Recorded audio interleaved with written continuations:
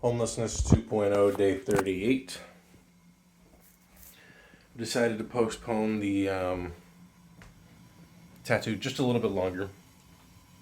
I wasn't really sure why I wasn't getting it done. Like, why can't I just fucking go out and get a goddamn tattoo? It's not like I can't afford it. I mean, the likelihood that it's more than like $300 is nothing. And let's just say something real quick. Tattoos are not cheap. I literally only have I guess technically, okay, so 3 tattoo sessions that I've had in the past that were effectively full price. And it's not because I'm some, asshole or anything and I'm trying to, I don't even know how I word it. Okay, so my very first tattoo, I'm not even sure if I can see it. I can't see it from here. It's the one that I have like right here on my arm that you can barely tell. It's like right there in the crook of my arm. Anyway, I got that one back when I was still living in Dallas. I didn't have much longer than I recall. I think it was 29, so I had about a year after that. And it was $80 for the tattoo. And so I gave him $20 for tip. So, $100, of course. Now, it literally took the dude like maybe 10 minutes tops. Like the whole event. I even have the whole thing recorded. I think it's on my other channel. Anyway. And, because at the time I had just started really playing around with video editing and whatnot. I had thrown the instrumental for Eminem's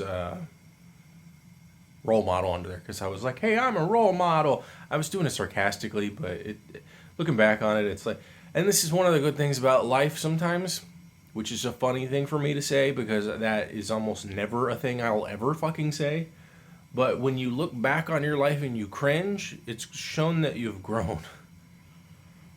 So I've grown a little bit. I still have a similar sense of humor. It's just that, Anyway. So that one was $100 with $20 tip. The second one, and I can show you parts of that. So these 2 tattoos here are part of an overall. There's another one there. And then there's one that's a little further up on my arm, up on the top of my arm. I got all 4 of those done. All of the ones on my left-hand side are things that I've drawn in some way that I was like, hey, I would like that as a tattoo. Also the circle. Yeah, so yeah, there's that, the circle, which you saw. Anyway, now you might say, a circle? Who fucking cares about a circle? Well, I did. Cared about the circle. And it wasn't just a nice uniform circle. To me at the time, it felt like it had character to it. Because, there's like little wisps here and there. And it was just a doodle. I mean, they're all doodles, and that's the thing about it. All of the artwork that's on my left hand, or my left arm, they're all doodles. And I still have more that I would like to put on there. They don't hold as much importance as they used to. Because I just don't think about it as often. And in a way, I would say that's kind of indicative of not change that's good. Like, these were creative outlets, and they were things that, despite... Shut up! See, that's the fun thing about ADD. Some other stimulus literally takes over and you forget what you were thinking about. He's talking about art. He's talking about meaning and all that stuff. And with the combination of ADD for one, but also depression, it becomes like you forget. And in a way, it's relevant. You forget. You forget about the things that you liked. You forget about the things that you had even a remote sense of pride in, or that were important to you, or something along those lines. And one might say, well, look back. And I did. I actually did last night. I was because I was gonna use an older account that I haven't used in a long time, and I put some like speculative fiction on that because it was like that was the whole point of it. Like I looked at the timing on it. It was like 7, 8 years ago, and it was about this story that I had in my head at the time. Because I mean, 7, 8 years ago, I was homeless, um, and at that time, I had a lot of time to think about a lot of stuff. And because I was having a lot of interactions with people who at least showcased a side of society that I wasn't entirely agreeing with, it gave me inspiration to think about what the future could be. And interestingly enough, because I have spent more and more time, and I say more and more, barely any, maybe 30 minutes tops, um, looking at the conservative subreddit, I know there's more, but like that one seems to be the haven.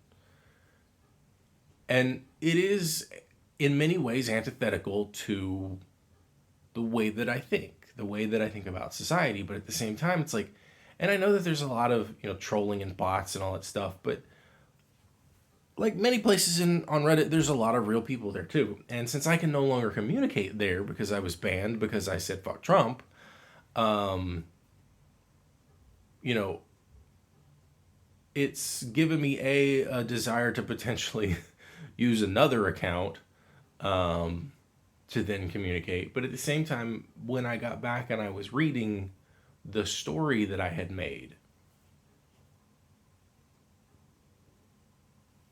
one, it made me realize, okay, so I was basically world building.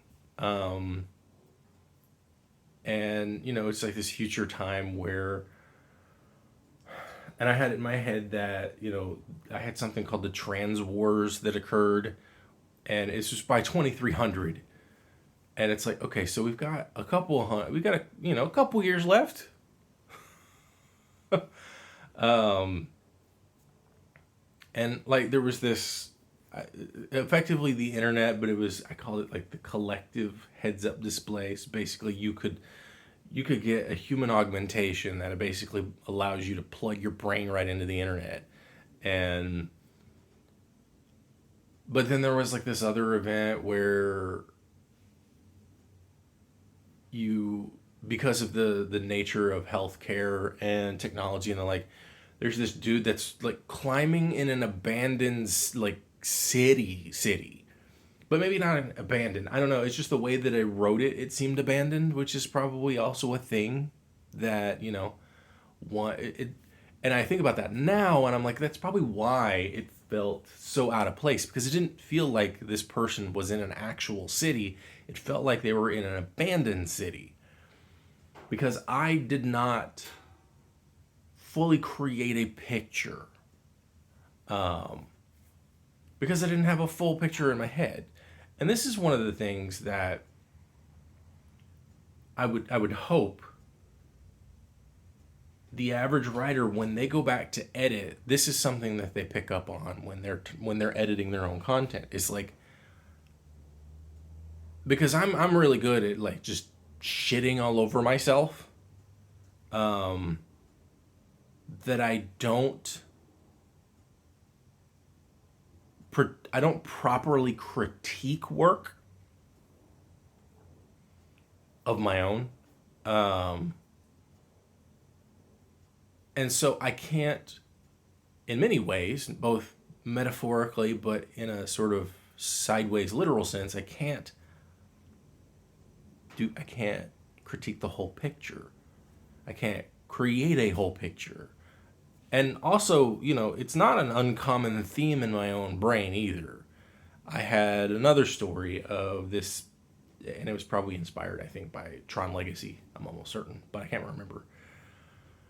But, and it was inspired by a conversation that I had with a friend and so many other things.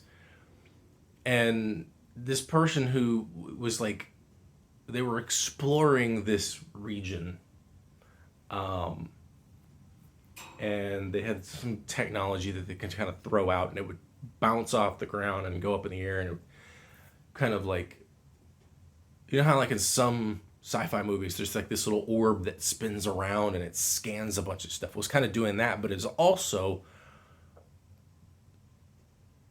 at the same time that it was scanning, it was also effectively recreating, if you will, the environment. So it's like I think they was walking around not just an abandoned but like a destroyed city and trying to recreate it through various pieces of information and stuff. And I believe, if I'm not mistaken, it was based on a conversation I had with a friend where he told me that I'm not a slow learner, but that I'm a more complete learner. And that with him, when he picks up stuff, he's able to like see, for like if he were, and I think he used this analogy of like looking at a picture. He can get a pretty good idea of what a picture is just by looking at a couple of things. Whereas I basically have to fully scan the whole thing. But then, and this was a compliment at least from what I can tell, is that when I understand something, I understand it a lot more completely, a lot more thoroughly than he does. I don't know. But I think that's where that sort of, I don't know, whatever creative presentation came from. I'm not sure. Used to have and it's crazy. Like the more time that I have to myself doing nothing, literally doing nothing, just sitting there doing nothing, the more creative I tend to be. Happened a lot when I was homeless. It happened a lot when I was working as a security guard. And I'll be honest, those things I liked. I'm not saying that, I didn't like being homeless. I didn't like having nothing to do while I was a security guard. But the byproduct I did like. I liked the creative things that I did to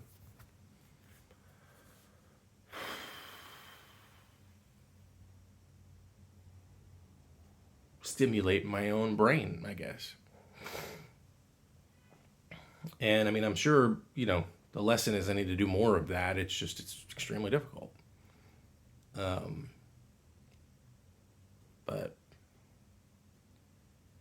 I don't know, we'll see. Because I mean, having a phone on hand all the time gives me things that that is the paradox, if you will, of information, is that you have all of it at hand, even if it isn't necessarily good for you.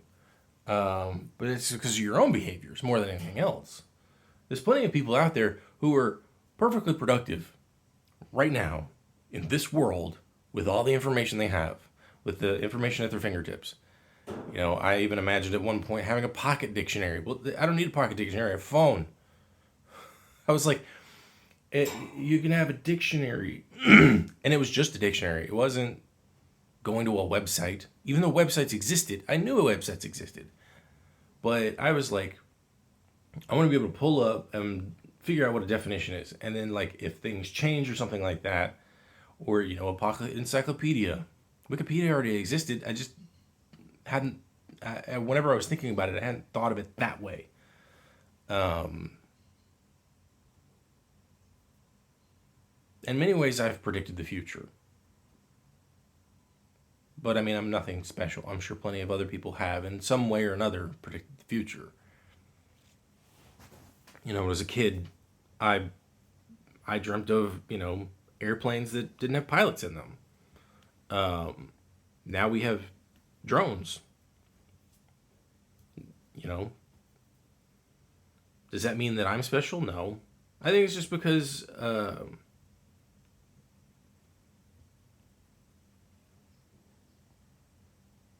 we all can, and this is why I think The Simpsons are so notorious, if you will, for so-called predicting the future.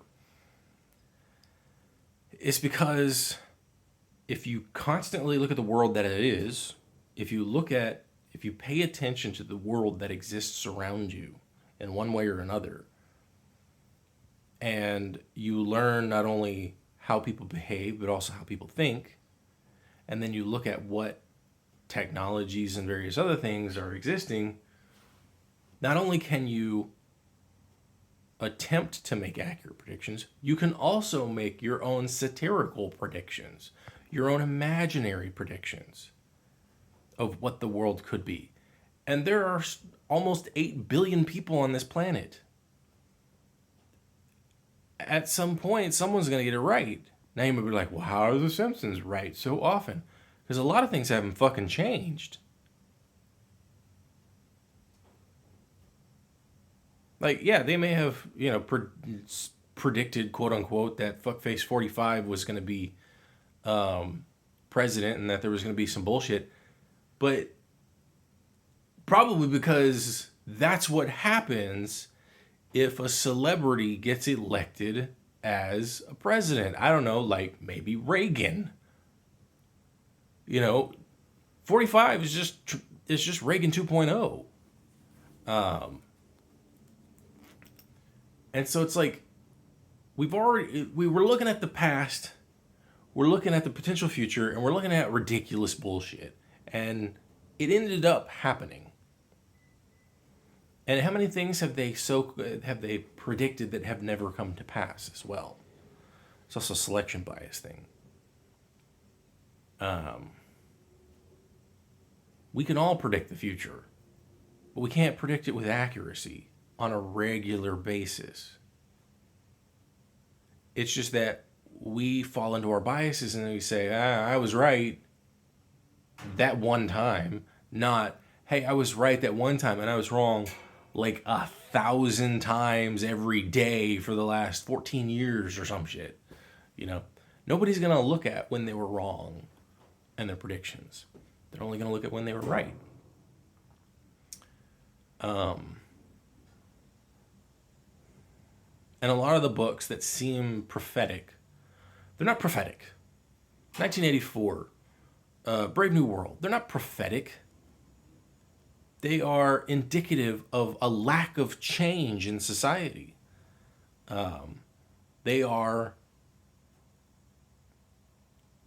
speculation that a world that existed at the time of writing would effectively still exist, just with different technologies.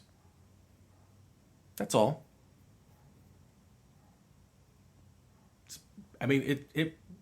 You might be, and I've read both of those books, by the way.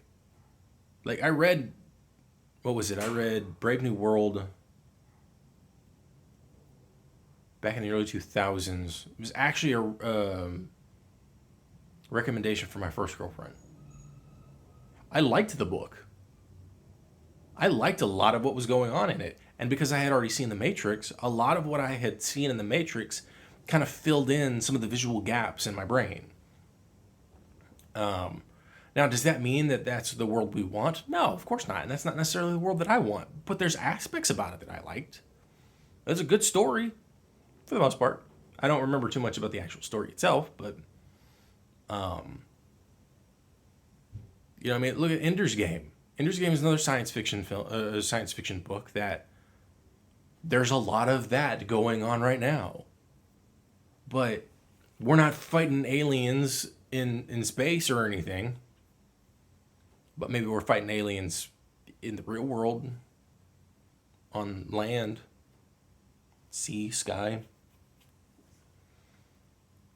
You can look at any book and create metaphors if you feel like it. And, you don't always know what the author is trying to say. Sometimes the author is simply just trying to say, I don't know exactly how to tell a story about what I'm feeling. Or I don't know exactly how to convey what I'm feeling about a thing. But I know that if I write a story, maybe it'll work. And it's rarely ever that, too. From my understanding and from my own experiences, stories often write themselves. You start with a foundation, You start with a beginning, a middle, and an end somehow. It's good to have those three when you're setting out writing a story.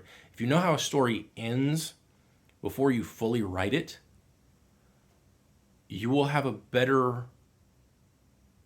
I think it seems as though if you know how to if you know how a story ends before you really write it, you will at least be able to put the pieces together and make it a more coherent story. And it has to have an ending. I just finished watching the Rise of Skywalker pitch meeting. It was like, that didn't seem like it had an ending planned. Because it really didn't. I watched the movie. It didn't feel like it had an ending plan. It was like, hey, let's expand on the universe some more. I'm still recording. Good. It's getting warm. So I'm potentially going to get my tattoo either tomorrow or the day after, because I need to go get my booster.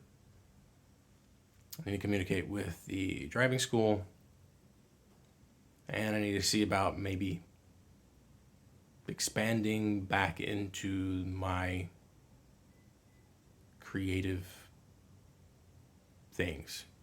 And maybe the tattoo will help with that. I don't know. Have fun.